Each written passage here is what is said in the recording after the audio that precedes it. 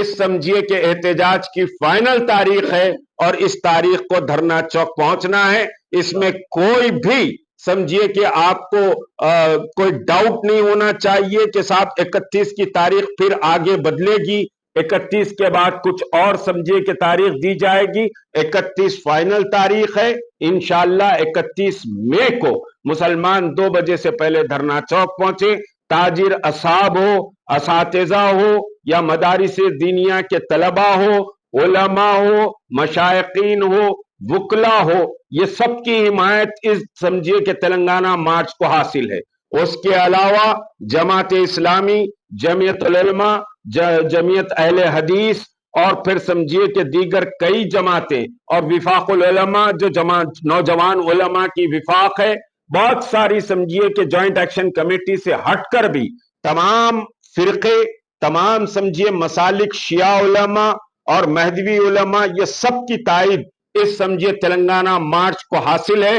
سب نے تلنگانہ مارچ کی سمجھیے کو انڈورس کیا ہے اور سب اپنے اپنے حلقوں میں تلنگانہ مارچ کی کامیابی کے لیے اپنے اپنے حلقوں کو متوجہ کر رہے ہیں. میں تمام امت مسلمہ سے, چاہے وہ دیوبندی ہو, بریلوی ہو, شیعہ ہو, مہدوی ہو, سنی ہو, کوئی بھی ہو, ہر طبقے سے لا الہ الا اللہ محمد رسول اللہ کی بنیاد پر میں یہ سمجھے اپیل کرتا ہوں کہ وہ تلنگانہ مارچ کا حصہ بنے. یہ مارچ انتہائی اہم مارچ ہے, آپ کے وجود کی بقا کی لڑائی کا مارچ ہے, اس میں کوئی تساہل نہیں ہونا چاہیے. انشاءاللہ 31 میں 2 بجے سے پہلے دھرنا چوک پہنچے اور تاریخ سمجھیے کہ تلنگانہ اور تاریخ ہند کا ایک سب سے بڑا احتجاج درج کرائے. شکریہ.